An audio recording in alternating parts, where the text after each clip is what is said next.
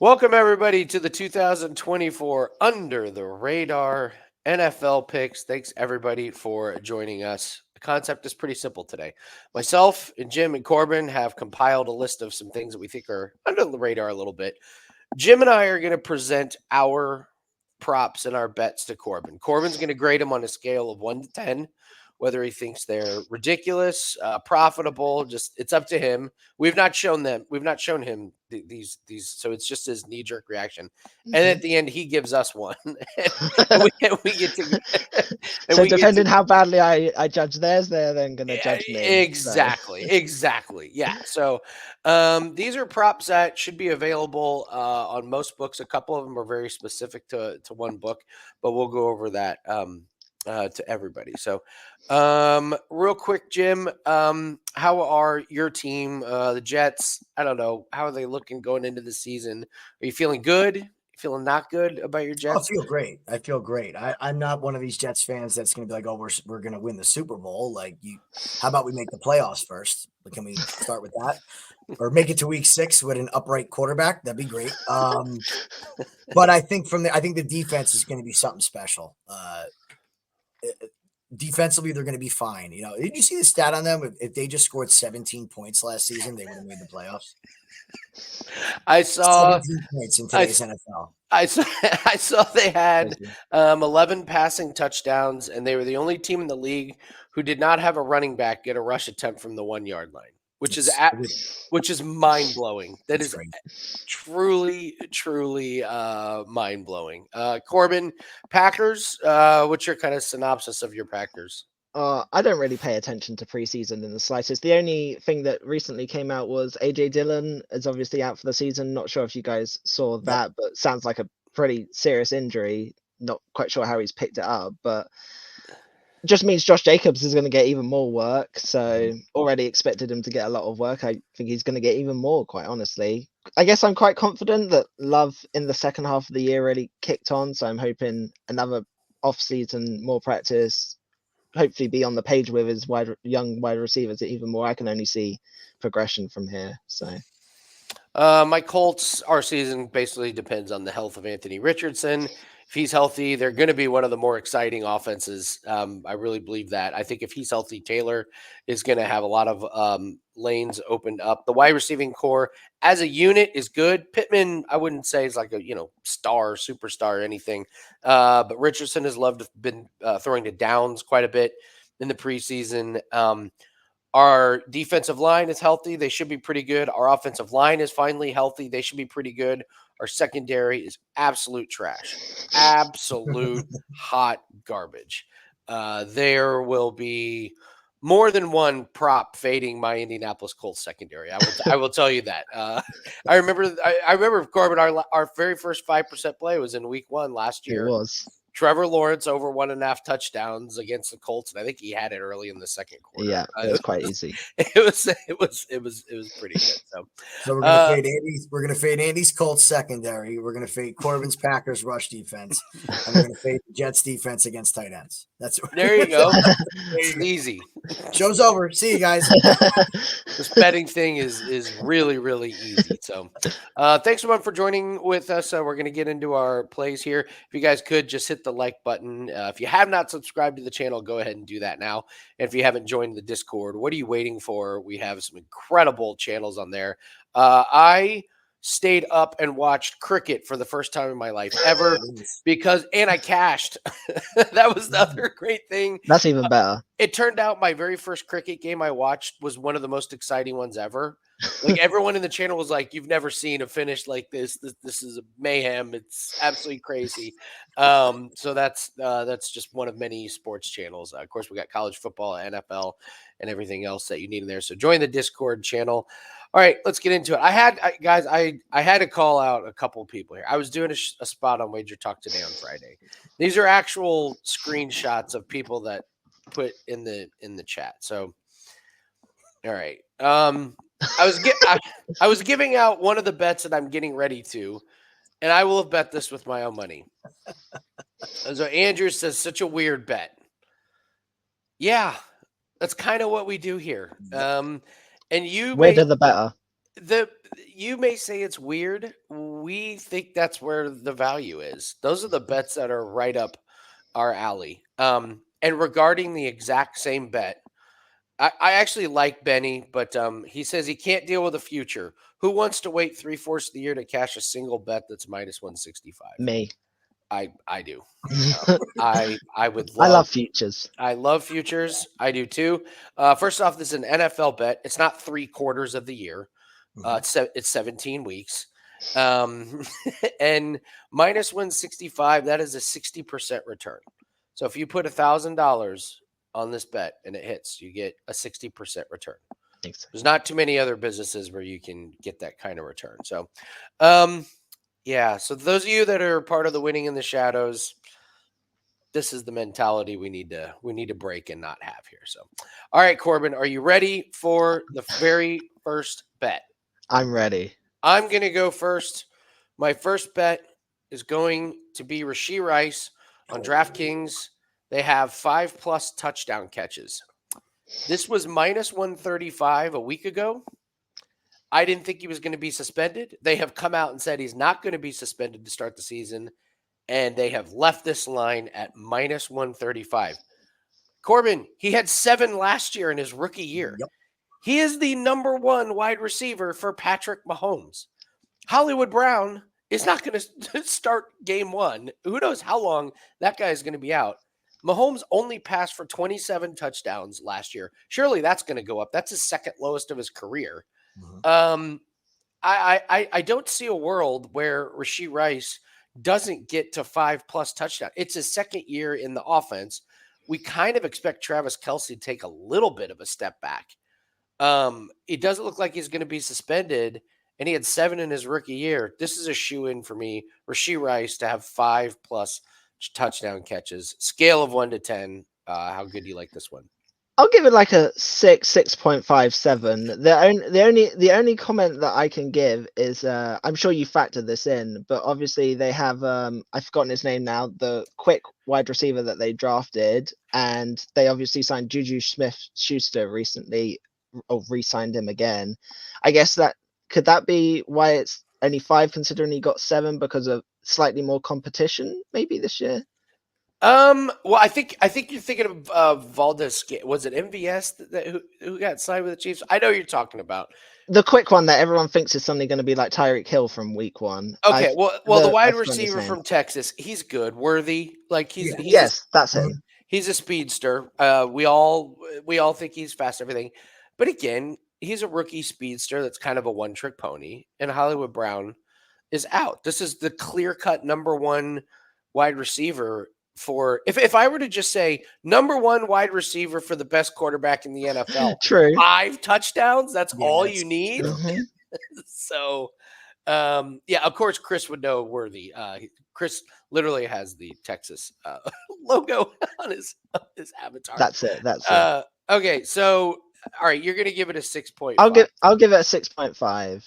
6.5. All right, it's ludicrous rating.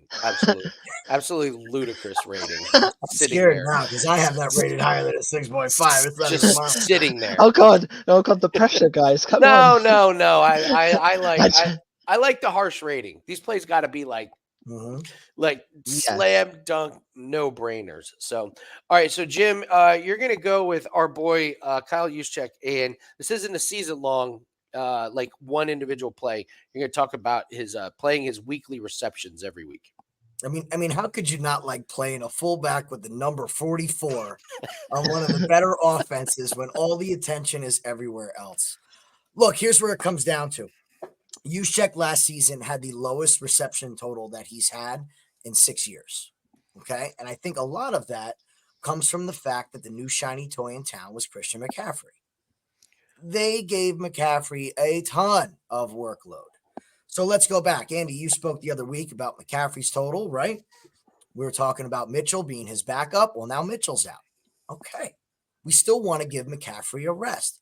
Where do we go with the football to recreate these 4-yard runs, 5-yard runs?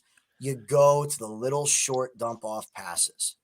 And without Trent Williams there, who still has not reported to camp, and I doubt is going to be ready to fully rock in the beginning of the season, I think the ball is going to come out of Purdy's hands pretty quick here. The beauty of this play, if they line it, that's always the question with Juszczyk. Sometimes you get lines, sometimes you just don't. But if they do, it's to get a reception, one singular reception. It could be -7 yards, doesn't matter. He's just got to catch the ball. He's sure-handed.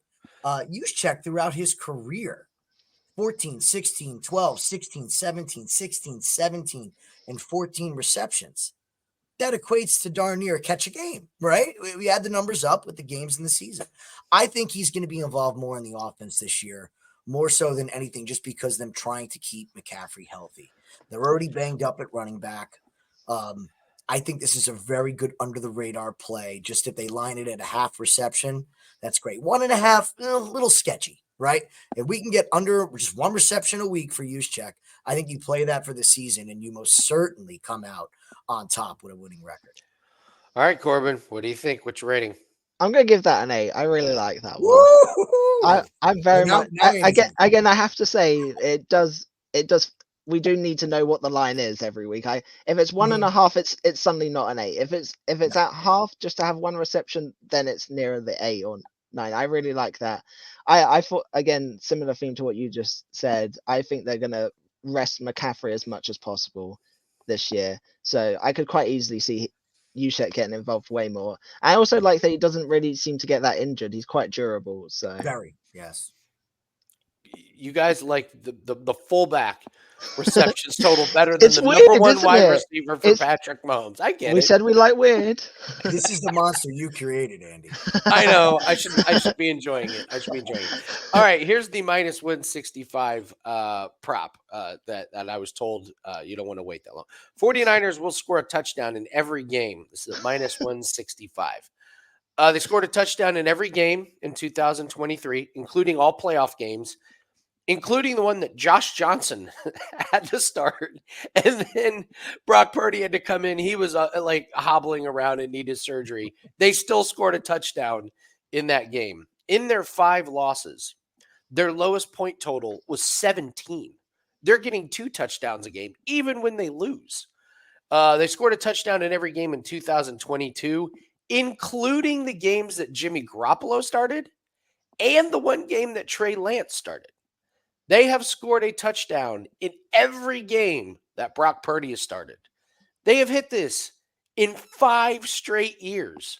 The only times they have not scored a touchdown when Kyle Shanahan was their head coach was in his very first year when Nick Mullins was the starting quarterback. That's how far back you have to go to find when Kyle Shanahan was coaching games for the 49ers where they did not score a touchdown. I need him to score at just one touchdown. Could be defensive, offensive, doesn't matter. In each game, it's -165. I love this play. Corbin, what do you think? Oh, this is a slam dunk 10. I love every single. I love. This one hits the spot. This one really hits the spot. I love this play. I will say, actually, I just wanted to counteract. The comment about waiting all year for a -165. We always say this is like long term and all of this stuff. You look back in a year, you don't go, "Oh, I won that bet over 6 months, and that money is completely different." It's still the same money as long as you manage your bankroll and do all of that. That makes sense. When it doesn't make sense is when you have the people just betting various amounts each week and don't actually have a set bankroll. If you have some kind of structure, it makes no difference where the money or the wins come from or how long they take to come. But yeah, I could quite easily I think this is a slam dunk. Quite honestly, I love this play. So yes, I got my 10. I didn't think this was going to be the one, but I have already played this with my own money. Absolutely, this is one that is absolutely a play. All right, I think their toughest. I love the play as well. I think their toughest test is week 1. If they score a touchdown against the Jets, I think they're it may be. It may be. And they're just their first quarter. When I went back and went through all their game logs, they always score in the first quarter. Oh, it's always the first half. I remember we used to take their first half team totals over because they start red hot. It's because they come in with that. They already know like the first 3 drives worth of plays. They've already practiced them all week. They know what they're doing. So. Absolutely. So 49ers will score a touchdown each drive. All right, Jim, we're going to you. We're going to another unlikely, and you're right. These are totally up our alley. These are guys that are not on everyone's radar. We're going to look at the vaunted Jets tight end game with Jeremy Ruckert and his weekly receptions. Jim, what did you find here? So this was something I rode last season, and to end the year, he went 5 of 6 over 1.5 receptions to end the year. Now, let's look at his totals here for a second. So his totals last year, he only had 16 receptions, but he was not a part of this offense until those final 6 weeks of the season. So he saw a ton of targets, 22 targets in 6 weeks for a backup tight end. Tyler Conklin is the most certainly number one, has a great relationship with Rodgers already. He's going to get his. But Jeremy Ruckert is in the 3rd year, okay? He's a 3rd-round draft pick. They have already come out and stated that it's make or break for him. He's either going to be on the roster next year or they're going to ship him out. He's 6'6". Rodgers loves when all the attention, and Corbin can vouch for this being a Packers fan.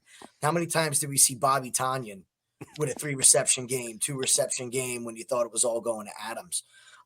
This is just a sneaky play. To add to this, I believe that the Jets are going to run the hell out of the football to try to protect Rodgers. Therefore, more double tight end sets will probably be going. A lot more play action, I think, also benefits the tight ends running off that. I like it. If we can get 1.5, again, just like the previous play, if it's 2.5, I'm out. But if I can get half a reception, like 1 reception or 2 receptions for this guy, I'm very intrigued to see what happens. And if we get an injury to Tyler Conklin, this guy is the clear-cut number 2. They have nobody behind him tight end-wise. Their other tight ends are on the practice squad. They're not carrying 3. So we could also see Ruckert line up for the fullback position, get a couple extra touches there because they're not carrying a fullback right now. So we're, with these oddball plays, I'm looking at snaps. I want to see if these guys are on the field. And it looks like Ruckert's going to be on the field way more than he was last season. All right, Corbin, what do you think here? Jeremy Ruckert, weekly receptions. You're not gonna like this one. I knew you were going to do this one. I'm gonna go at like a 5. I think out of all of them so far, that's the lowest. But I do have my reasons for this one. I will counteract it. You're right. Rodgers loves his tight ends, but my problem with this is in Green Bay, he always had his favorite, which was Tonyan, and all the other tight ends rarely got a look in. He very much narrows in on just his favorites, and he will not throw it anywhere else, no matter what they do. Now, if that turns out to be Rucker, then sure, that's then going to be great. But it's very hard at this stage to tell who he's going to have bonded with, not bonded with, and he just has his favorites. And the start of the season's really going to set this up. If he starts like week 1 and week 2, he goes through this, I could see you playing it for the rest of the year. But it's one of those I would rather wait and see than commit to right now, personally. I like it. All right, Jeremy Ruckert, weekly receptions. Okay, you thought Jeremy Ruckert was random. I think I think I got a good one here. First quarterback of the season to throw for 400 plus yards, Sam Darnold at 30 to 1. Here's why. I'm shooting my shot here. Just one shot, kid. He plays the Giants in week 1, who are a bottom 1 secondary, maybe bottom 2. Here's the other thing. Sharp Football has their secondary rank last, but their front 7 ranked 12th. I don't know why Minnesota would even attempt to run the ball with Aaron Jones here. There is no film for what the Vikings offense is going to look like under Sam Darnold. Addison does not look like he's going to be suspended for the first game. Justin Jefferson is 100% healthy. And they have the 1 o'clock game on Sunday. So there's only going to be 2 games played before then. So if he throws for 400 yards on the Sunday game at 1 o'clock against the Giants, this is a 31 to 1 cash. The Chiefs are playing the Ravens. Neither one of those quarterbacks are throwing for 400 yards. Then the Jets play on what? The Friday. I don't see 400 yards in that one. So I only got 2 games to get to this Sunday, 1 o'clock. So Darnold's it is going to be his best shot to have a monster game, and I get to fade the Giants secondary, who is worse than my Indianapolis Colts. 30 to 1. I got to take a little sprinkle on it. Corbin, what do you think? It's one of those I like the value, but I can't see it happening. I'm gonna have to score it. I'm gonna have to score it a 2. A 2. Right. It's a 30 to 1 long shot. I'm okay with a horrible ranking here. Yeah, it's just one of those. I actually think I could actually see them running the ball with Aaron Jones. I know you said like it wouldn't make sense, but I could still see them doing it. He's the shiny new toy. I reckon they're gonna test him out. I think this could turn into a defensive type mess, quite honestly, with both offenses just struggling and them just kind of tiptoeing each other along. I don't see this being particularly high scoring or a highly offensive game, but I do see the path in which he could get there. So Yeah, and the Vikings defense was not great at certain times, so we'll yeah. see. We'll see. Come on, Sam Darnold. If he doesn't get it week one, I mean, this play's cooked. I mean, he's not doing it at any other game this season. But all right, let's take a look at another one for Jim Rokon Smith. The number is combined tackles 155 and a half. Jim, what do you like about Rokon Smith besides everything? Well, He's awesome. he's in my opinion, he's becoming the best, if not already, middle linebacker in the league. He's well versed in everything. He does not come off the field. I know season total on a middle linebacker, injury concerns. The guy's been pretty healthy though. He really has. You're going to miss a game or two here, but the production has just been there. So we're looking at 155.5. He had 158 last season. Now, here's why I came to this number. He had 155 last season while playing alongside Patrick Queen, who came in with 133. That's a ton of production from your two middle linebackers. Patrick Queen's gone. He's in Pittsburgh. So Roquan is now the guy and the only guy. Yes, they have a couple other role players, but this guy's not going to come off the field. He's going to be out there on coverage downs. And again, this is combined tackles. This is not solo tackles. The all-time record in 1993 was 214 by Perry Nickerson. So it's well off, being a Hall of Fame season at 155. I have this at about 160. We've had some guys hit 160s, 169 since then. So I think this number is feasible. It all comes down to the health, but I can't ignore the fact that this Ravens defense lost 133 tackles and assists with Patrick Queen going. I think Kyle Hamilton could eat into this. He'll be around the ball. But look, if they meet at the same time, we're still getting credit for Roquan getting that tackle. So the production is there. The health has been there. He's going to be the guy on defense, and he's going to have to carry this defense. He is the centerpiece to this unit now with all the changeover over the past couple of years. So give me the over 155.5 at minus 110 on the season. All right, Corbin. Oh, I'm kind of on the fence about this one, quite honestly. I'm probably going to have to go around the 6.5 range. Again, it's one of those. It's quite. If he misses just one or two games, it's kind of short. I feel like he's going to have to. We're basically relying on him to be healthy the entire year, and I know he has been, but that always makes me almost question it slightly. Like traditionally, you wouldn't expect a player to be fit every single season. So if they've just come off a good one, the chances might be slightly higher that he misses a couple of games, and then that just hurts any overs. I like the point about Queen not being there anymore, but there's just so many other players that could step into that or stuff. I know he's the main player, but it's one of those kind of, it's a high total as well. So I'll go around the 6.5 range again for that, personally. Okay. All right, we're getting to our last two. I have my favorite. Jim has his favorite.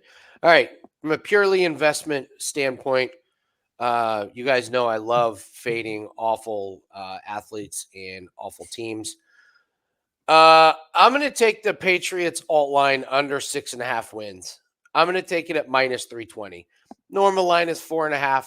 I don't care. If I bet $1,000 on this, I win $312. It's a 31% return on my investment.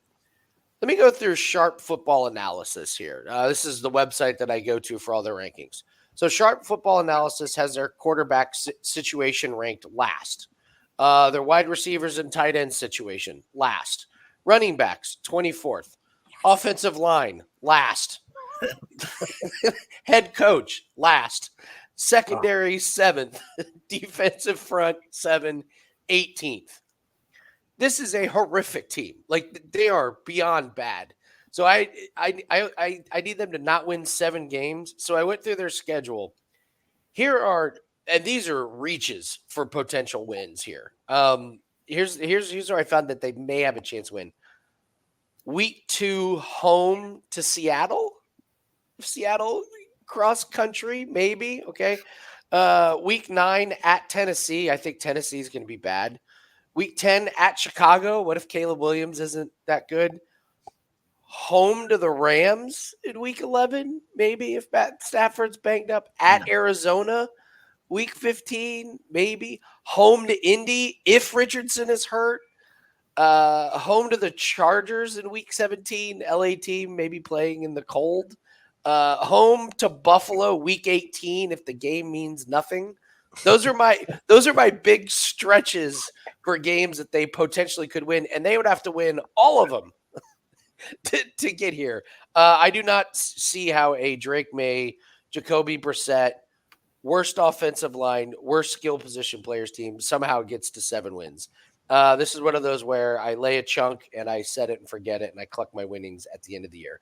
Corbin, what do you think? Minus 320. It's expensive. I get it, but it's investment opportunity. I'm going to have to give it like a 9.5. I love it for every reason that you just mentioned. The only reason it doesn't get a 10 is purely the price, but they're so bad, the Patriots. I like half of those games. I'm like, you could make, like, you're making a slight case, but I'm just like, no, it's just like Buffalo, like Cardinals, no, like Rams, definitely no. Like, I don't see them getting to 5 wins, let alone 6. So yeah, I love this play, quite honestly. So I'd be shocked if they get 2 wins out of the division.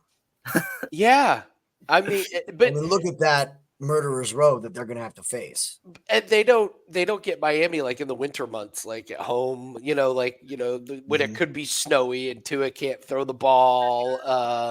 So I have a question though, Andy. Would you I know you talked about laying the price and just collecting the winnings, but does any part of you want to like parlay it with anything down the road as well, or is that not really your kind of vibe when you do this? FanDuel would not let me parlay all wins. Okay. So I tried.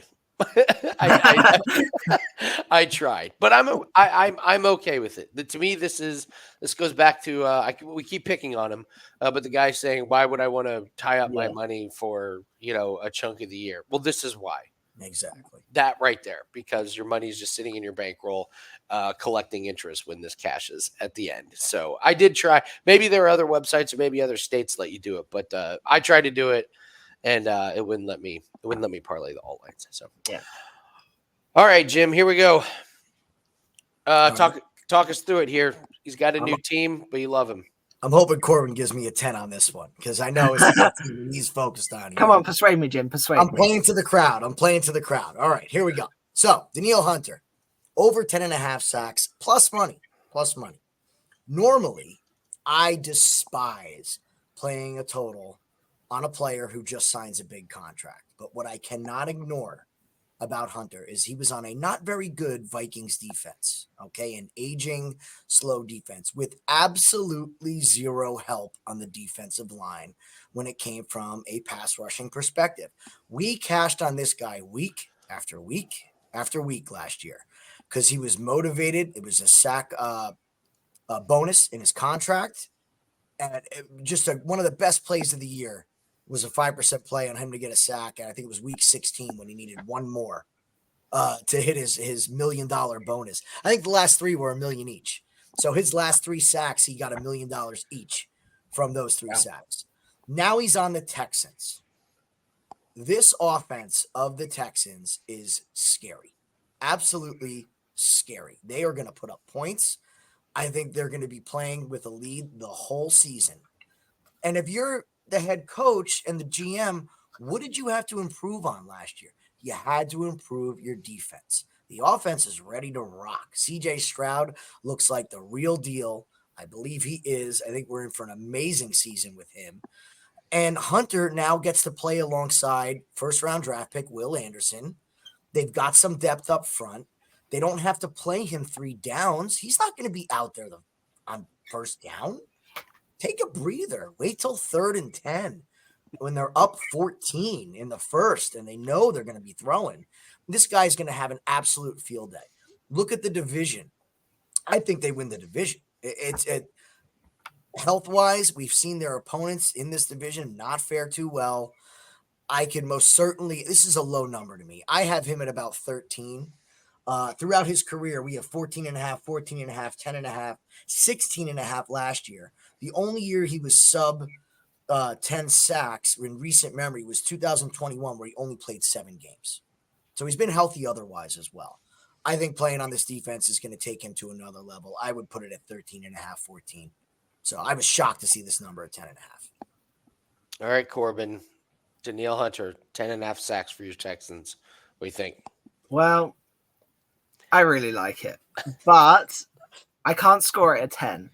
I'm going to go 9.5. I feel like that's the second best play that I've heard here. Simply because, like, for example, Andy's 49ers playing. If somebody gets injured, you can have injuries and the play still easily cashes. Whereas this one's just a solo player. For all the reasons you mentioned, he will quite probably go over this total. I'm a huge fan of the Texans, as I'm sure we'll get onto in a second. But yeah, for that reason, I'm going to score it just less than the 49ers, but that's probably the second best player I've heard today. So, nice. All right. Great stuff. Great stuff. So, Corbin, we're going to get to your place here in a second. Guys, if you want to throw some questions there, we're going to get your questions after Corbin does his. I see some of yours. So we'll go over those here in just a second. All right, Corbin, this is right up the Danielle Hunter alley. yes. So I don't even know what your play is, but I just know I know you're in on the Houston Texans and Dalton Schultz. Is that correct? Yes. Okay. So both for basically the same reasons. I think the Texans are going to kick ass this year. So there's multiple ways in which I am going to play the Texans. Firstly, I'm going to play them at least for the first 7 or 8 weeks, quite honestly. I think they're going to cruise. Their win total was at 9.5 wins at minus 145. I have already played that. And then they're minus 190 just to make the playoffs. So quite honestly, their offense I think, is going to fire on all cylinders. So obviously got Diggs this year, got a new running back. Their offense is just so stacked. And what you have to remember is they had so many injuries during the season last year. There are times where Tank Dell was injured, times where Nico Collins had injuries, and they were relying on guys like Robert Woods. And we all know how that ended up going last year. He's shocking. What good for us? Obviously Mixon in the backfield now. I feel like he's going to give them a good rushing attack. You mentioned Danielle Hunter, defensive player. I think that's going to really help shore up their defensive issues.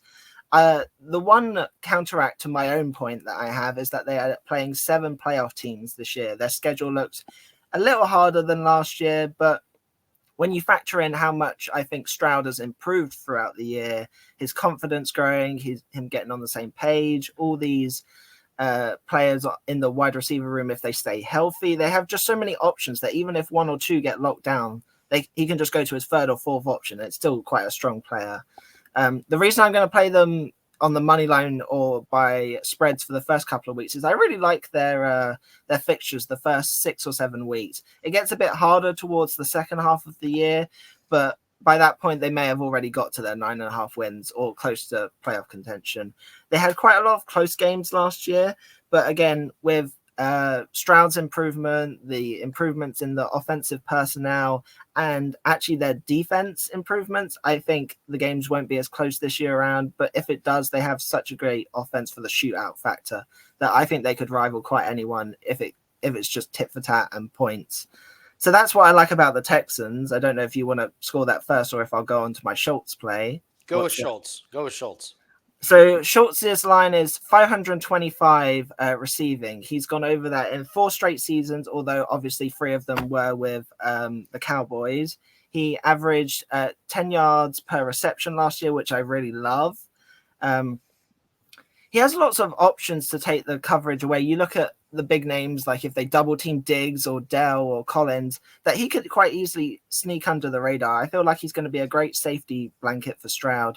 This is such a low total, and he has such a good record of his health record. He rarely gets injured. He's going to be out there nearly every week, and I think this is a great play at such a low total with a quarterback that I love. So I'll go first. It's tough because I'm a Colts fan, and I will tell you I went from this was such a bummer that the Texans drafted Deshaun Watson and he was awesome at first, and I was like, man, mother, we Colts get to deal with Deshaun Watson for the next 10 years, and then he was out of here. We were Mhm. like, hey, we got rid of awesome Deshaun Watson. Now we get CJ Stroud. Now we have to deal with for the next decade. Damn it. I like your Texans' futures better than Schultz. There's so many weapons um, that those wide receivers are just deadly. I like Schultz. I think he's going to catch like a decent amount of touchdowns. I could see his touchdowns going over and his yards just being a little bit just with all those. Diggs is going to demand catches, and so he'll get attention. And then Collins and Dell are just going to get like catches because they're wide open the whole time. So Schultz might be the odd man out for yards, but I think he's going to be a dynamite threat once he get inside the 10. I'm with you on the Texans. I like them early part of the season. Like you said, what a great coaching hire they made. So yeah, it's kind of a little bit of a public play, but it's right. And Tennessee sucks. The Titans are terrible, and Jacksonville is going to be overrated again Yeah. because they just always are. And if Richardson isn't throwing the ball well or gets banged up again, the Texans are going to waltz to a division title. So I'll give you a 7 on that one, Corbin. Thank you. So Jim, what do you think?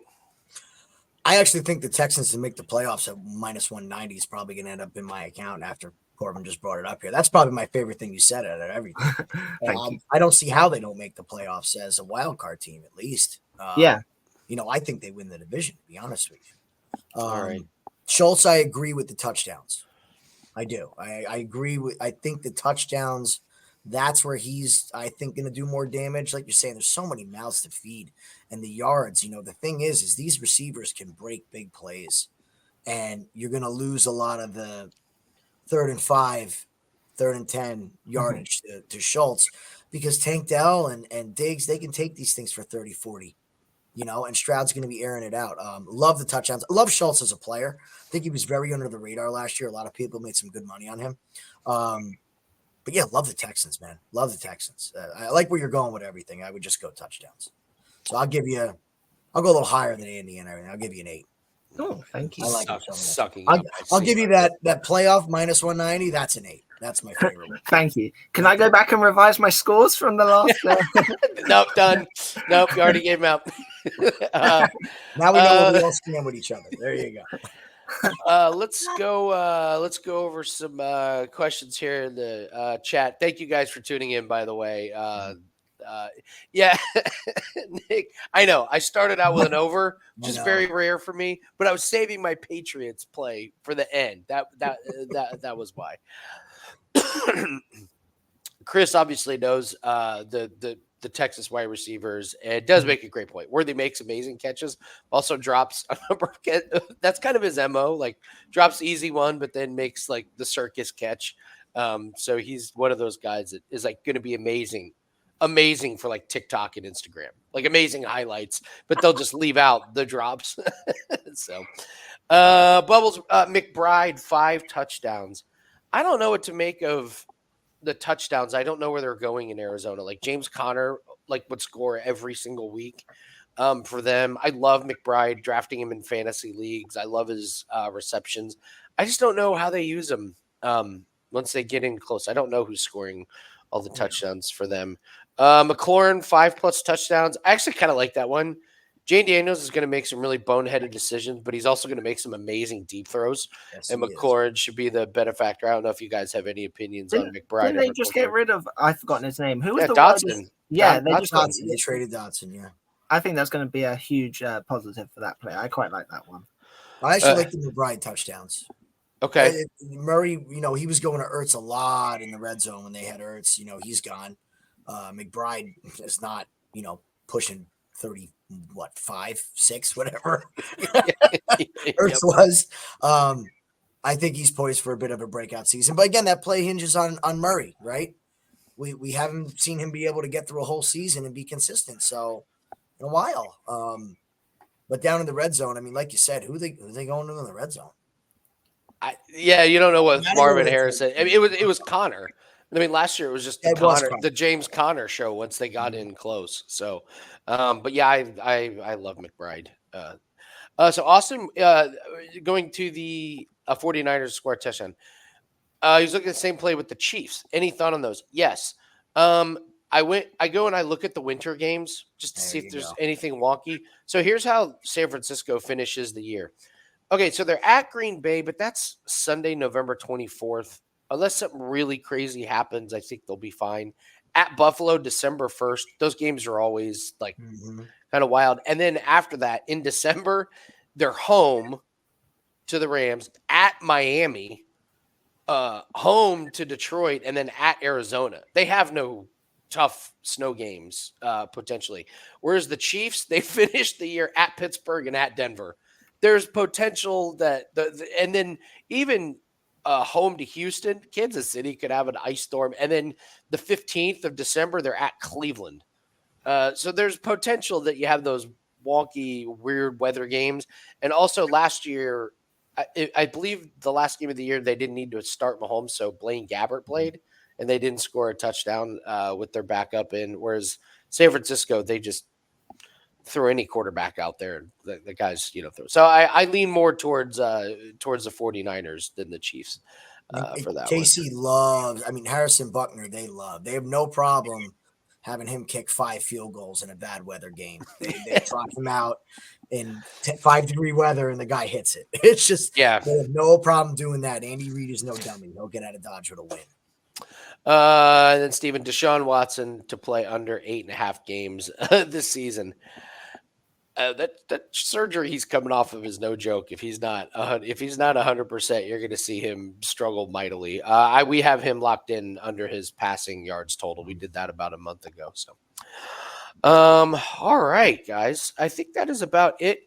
What do we have up at Wager Talk? Just a real quick recap if you guys are still here. So we're up 148.4 units so far in 2024. Yeah, going really good. So make sure you like and subscribe to the YouTube channel and the free Discord channel. We've got that free spreadsheet that is up for everybody. It's free download so you can track all of your bets across all your sports books. Absolutely fantastic tool that Hector was gracious enough, and it is a powerful thing to have in your arsenal, so you can check all your bets and see what's going well, what's not going well. And then this week's special, we've got our NFL Week 1 official pack that is up. It's got all the futures included, as well as all the plays that are going to be there for Week 1. Props are starting to come out, so we're getting excited about that. Just a quick recap of last week: 5-2. And we had 9 straight profitable weeks, but we already know we've locked in 10 straight profitable weeks. That's right. For this week. So absolutely kicking ass. So we could not be more excited about NFL college football season, the fall and the winter. So, all right, guys, thanks so much for joining us. Corbin, great job on the rankings. I thought you did. Thought you did really good. Only gave out. I'm proud of you for only giving out one like perfect score. Like that was the key, is not giving out like exactly. I'm very happy that it was mine. I just happened to notice it. It was mine. How about that? Right, just need to change the scores. So move the already locked in. 49ers to Once they've hit that spreadsheet. We should tally them. We got to tally them next time. We'll see. Absolutely. Pass the championship. You guys should have buttoned me up and gone for a Packers pick, and I might have given you a 10. Oh, I didn't even think about that. I got to tell you, I do like. I talked with Kelly Bennett about this. I like Christian Watson over his touchdowns. They seem to think they fixed his hamstring issues, and that guy went over like when he was only healthy. playing like 9 games. Yeah. If he's even like remotely healthy, he's going to get over. You know what's so strange about your Packers wide receivers, Corbin, is I've done several fantasy football drafts. Jordan Love goes early, and then nobody drafts their wide receivers. It's because we have like 4 or 5, and we have no idea who's going to be healthy or who's going to. Yeah, but they're going so late in drafts. Like it's like some of these guys. Christian Watson and Reed are the two that I look at. I think Dobbs is going to fall down the pecking order this year. Quite honestly. Okay. I think it's going to be the Christian Watson show. So, He's a guy that I've got my final draft on Wednesday, and he's a guy I'm like, you know what, I'm leaving with Christian Watson. I want a Christian Watson Sounds good. because even if I can get just 12 weeks out of that guy, he's going to be a steal. He's gonna Yeah. steal some. All right, I thanks will everyone. be playing Rashawn Gary weekly though. yes. Oh yeah, Rashawn Gary on the Packers. I think Preston Smith's a little long in the tooth, and if that offense is Love going to it. be as good as they're going to be, that Green Bay home field advantage with the crowd, Gary's the guy. If he can stay healthy. See, if you had mentioned that one, I might have given you a 10, Jim. Come on. Listen, I want legit scores. I'm not fluffing any pillows here. All right, thanks everybody for joining us. Don't forget to join the Discord, like and subscribe to the channel. Good luck on all your plays, and we will see you ever next time. Take care, guys. Yeah.